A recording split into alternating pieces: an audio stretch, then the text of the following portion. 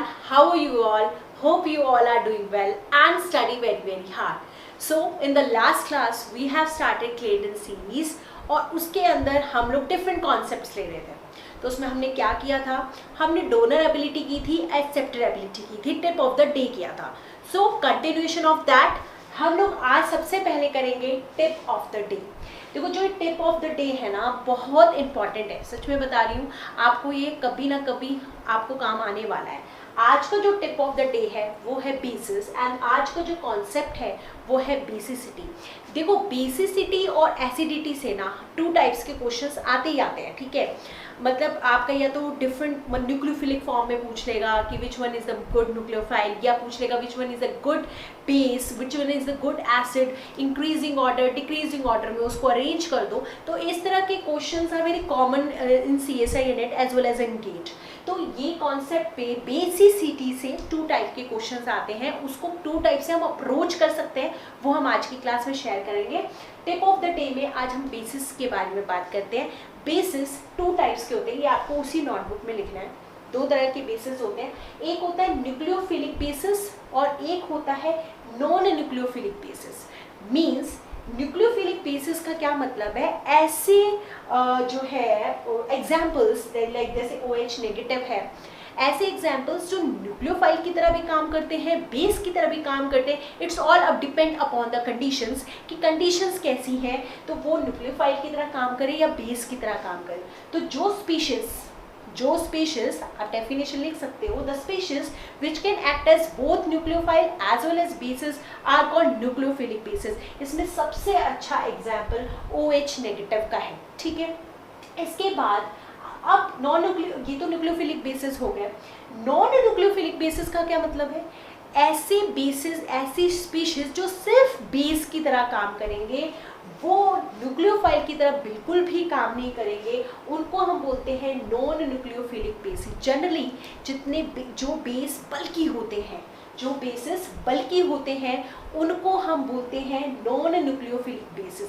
इनके मैंने एग्जाम्पल्स लिखे हैं, इनके एग्जाम्पल्स आपको याद होनी चाहिए. जैसे फॉर एग्जाम्पल DBN, आपको नाम, इसकी फुल फॉर्म, इसका स्ट्रक्चर आपको आता हो नहीं आता हो इससे कोई मतलब नहीं है, बट आपको ये पता होना चाहिए कि अगर एरो के ऊपर BBN लिखा हुआ है तो उसका मतलब है that it is a non nucleophilic base, ठीक है. तो DBN जिसकी फुल फॉर्म है 1,5-diazo bicyclo-430, जो कि मैंने ये स्ट्रक्चर इसके सामने आपका बनाया हुआ है, बना सकते हैं अपनी नोटबुक के लिए, बट आपको याद रखना है DBN, ठीक है.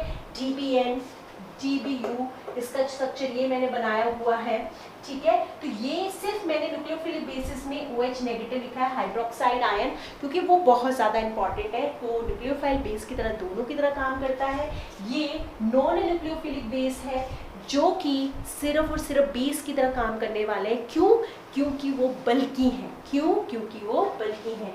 BBN non 5-ene, BBU LDA बहुत कॉमन है, लिथियम डाइआइसोप्रोपाइल अमाइड, इसका स्ट्रक्चर भी मैंने यहाँ पे बनाया हुआ है. क्योंकि ये बल्कि है तो ये न्यूक्लियोफाइल की तरह काम नहीं करता, ये सिर्फ बेस की तरह काम करता है. DPPA diphenyl phosphoryl azide, diphenyl phosphoryl azide. तो ये सारा आपको आपकी टिप ऑफ द डे में लिखना है. अब आज का टॉपिक है बेसिसिटी, और इसी को हम बोलते हैं डोनर एबिलिटी, जो कि हमने लास्ट क्लास में किया. अगर आपने वो लास्ट क्लास नहीं देखी है तो आई जस्ट रिक्वेस्ट यू कि वो पहले आप वो क्लासेस देखें, उसके बाद ही आप यहाँ पे मूव ऑन करें, ठीक है. आपके सामने ये मैंने क्वेश्चन लिखा हुआ है, आपको ये क्वेश्चन सॉल्व करना है. आपको ये बताना है विच one is a good base, मतलब आपको इसको ऑर्डर में लगाना है.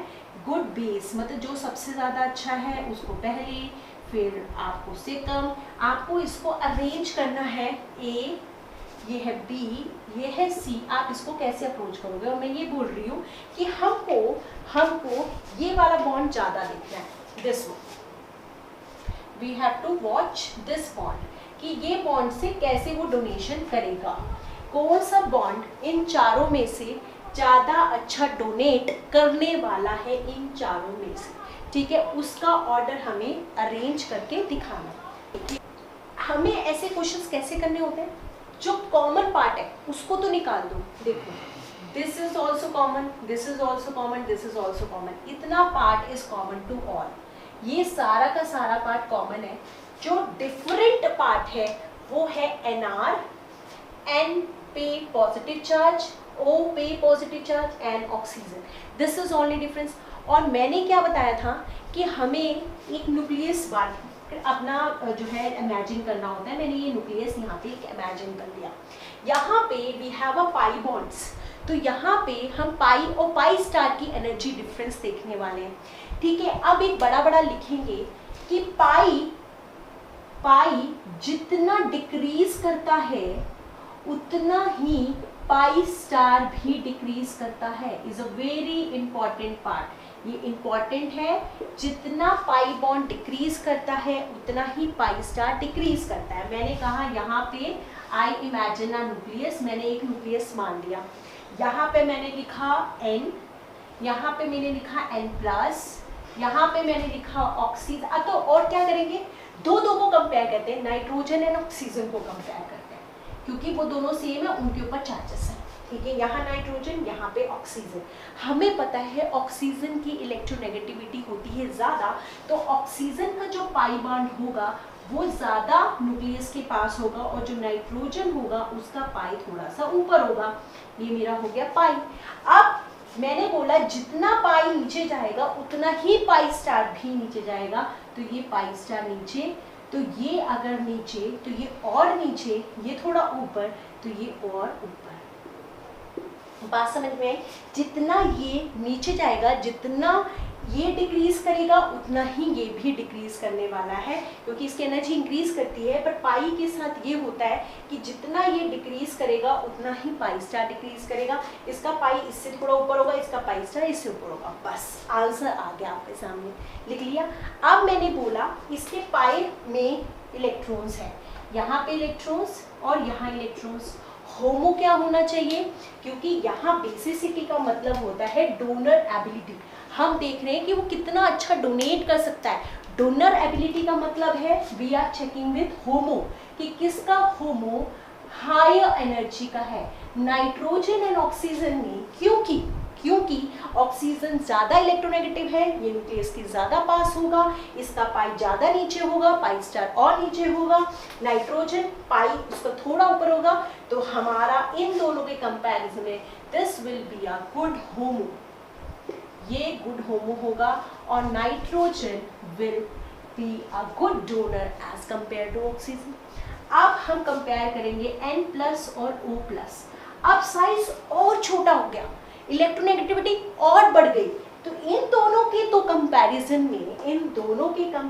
में अब अगर N यहाँ पे है तो इसके कंपैरिजन में N+ यहाँ पे होगा और O+ और ज़्यादा नीचे होगा। ये मेरा O+, ये मेरा N+।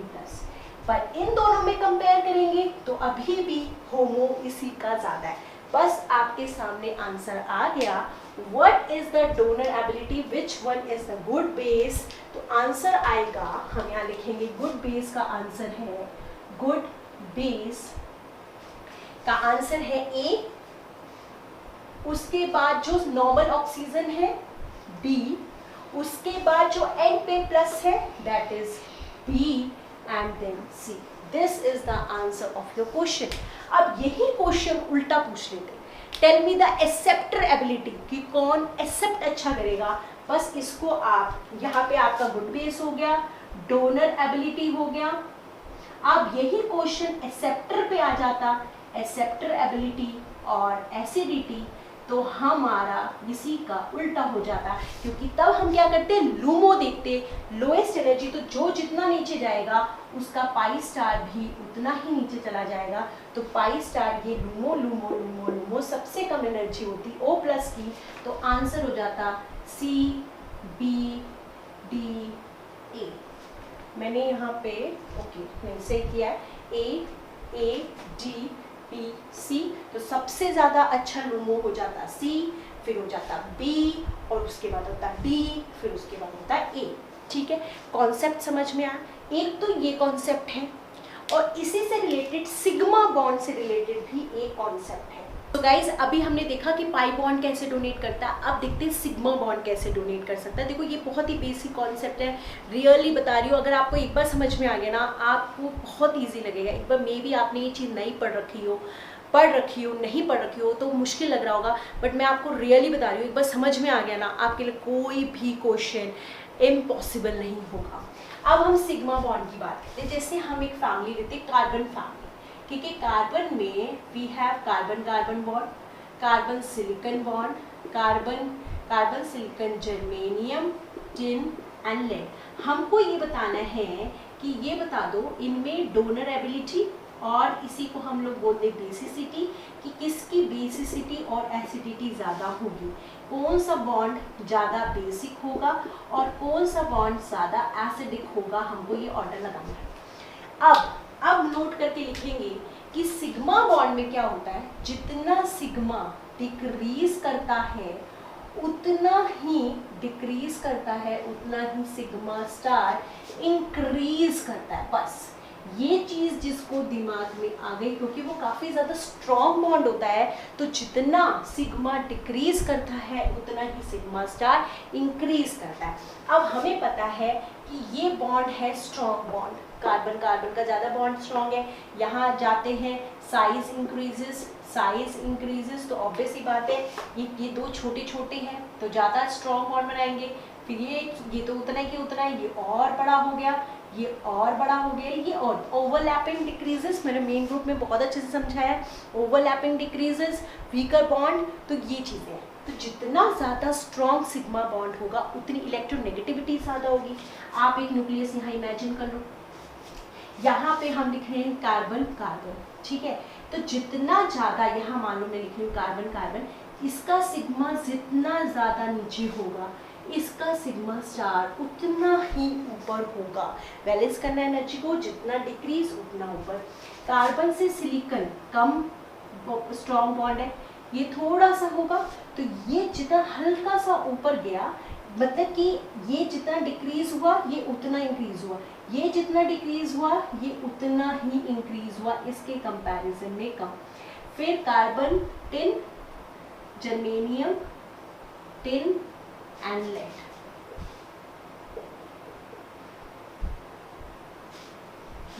ये हमारा सिलिकॉन का था, ये मेरा जर्मेनियम का, ये मेरा टिन का, ये मेरा लेड का। ये हो गए इसके सिग्मा स्टार। थोड़ा मैंने गलत बना दिया, इसका थोड़ा सा कम होगा तो ये यहाँ पे बनेगा, ये हो गया कार्बन एंड लेड, ठीक है। ये फिर ये मालूम है सिग्मा स्टार,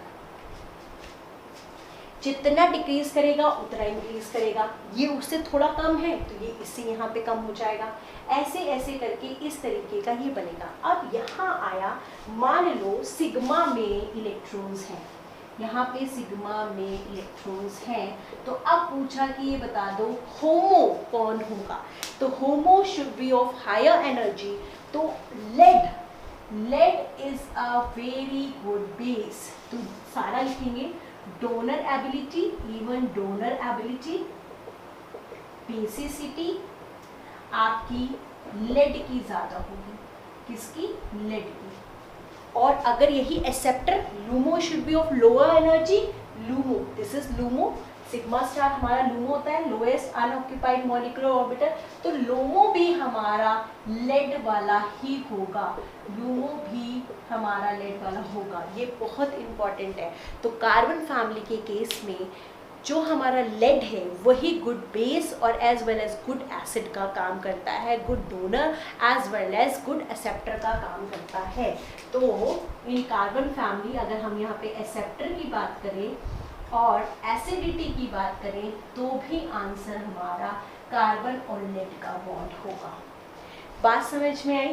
तो अब हम मूव ऑन करते हैं कुछ क्लेडन के क्वेश्चंस, और वही एक तरीके से प्रीवियस ईयर में भी आए हुए क्वेश्चंस हैं। तो गाइस अब हम लोग बेसिसिटी से रिलेटेड 2 बहुत अच्छे क्वेश्चंस करते हैं, वो कॉन्सेप्ट ट्राई करेंगे हर जगह अप्लाई करने के लिए। ये क्वेश्चन हमको दे रखा है, बहुत देखा भी होगा आपने, बट कैसा कॉन्सेप्ट इस पे अप्लाई करना है, कैसे हम बेसिसिटी का ऑर्डर देखेंगे, इसमें हम देखते हैं। देखो यहाँ पर नाइट्रोजन इज कॉमन, सब में कॉमन है, ठीक है। तो यहाँ पे हम वो इलेक्ट्रोनेगेटिविटी वाला सिग्मा बॉन्ड वाला वो सब तो नहीं लगा सकते, तो यहाँ हम क्या करेंगे, सिर्फ लोन पेयर शो कर देंगे। यहाँ लोन पेयर है, यहाँ लोन पेयर है, यहाँ पे भी लोन पेयर है, नाइट्रोजन के ऊपर लोन पेयर्स होते हैं, लोन पेयर शो कर दो। फिर हम ये देखेंगे कि कौन सा नाइट्रोजन डोनेट कर सकता है, कौन से नाइट्रोजन के लोन पेयर लोकलाइजेशन में, डीलोकलाइजेशन में। जो डीलोकलाइजेशन में होगा वो तो दे ही नहीं सकेगा, तो वो तो बेसिक होने से रहा। ठीक है, तो सबसे पहले यहाँ देखते हैं कि यहाँ पे कॉन्जुगेशन कितनी परसेंट हो रही है। हम ना परसेंट की फॉर्म में करते हैं। अब यहाँ पे ये लोन पेयर था और ये लोन पेयर इसको यहाँ पे ये दे देगा, इस पे नेगेटिव चार्ज क्रिएट हो जाएगा। अगर कोई स्पीशीज जिस पे लोन पेयर भी है, नेगेटिव चार्ज भी है, तो वो तो काफ़ी अच्छा बेस होने वाला है। तो यहाँ पे इस नाइट्रोजन की वजह से यहाँ पे डोनेशन है 100%, क्योंकि कोई और बॉन्ड तो है नहीं कि किसी और के साथ ये कॉन्जुगेशन करे, ये अपने लोन पेयर यहाँ दे देगा, तो ये तो बेसिक होने से रहा 100% कॉन्जुगेशन में ये इन्वॉल्व है। हम ये लिख लेंगे, ठीक है। अब इस क्वेश्चन में देखते हैं, यहाँ पे इसके लोन पेयर यहाँ पे जा रहे हैं, इसको नेगेटिव कर रहे हैं, यहाँ से इसके पास जा रहे हैं और ये भी इसको नेगेटिव चार्ज दे रहे हैं, मींस इससे भी 100% कॉन्जुगेशन में जा रहे हैं, 100% कॉन्जुगेशन में इससे भी जा रहे हैं, पर इसके पास 200% नेगेटिव चार्ज हो गया। यहाँ पे 100% नेगेटिव चार्ज था, यहाँ पे 200% नेगेटिव चार्ज हो गया। यहाँ देखते हैं, ये वाले लोन पेयर यहाँ पे कॉन्जुगेशन में जा रहे हैं, कॉन्जुगेशन में जा रहे हैं, तो इसके तो इन्वॉल्व नहीं है, पर इसके लोन पेयर यहाँ पे भी तो कॉन्जुगेशन में जा सकते हैं, यहाँ पे भी तो उसके साथ कॉन्जुगेशन में जा सकते हैं। ये वाला बॉन्ड यहाँ पे कॉन्जुगेशन करके ऐसे ऐसे बना सकता है। तो यहाँ पर इसके जो लोन पेयर हैं 50% ही मिल पा रहे हैं इसको, ओनली 50%, बस आंसर आ गया। अब हमें ये देखना है कि कौन से नाइट्रोजन के लोन पेयर ज़्यादा परसेंट इन्वॉल्व है फॉर डोनेशन, 200%, 100%, 50%, तो it's answer will be B, A and C. B will be a good base, then A क्योंकि यहाँ 100% है, यहाँ पे 50%।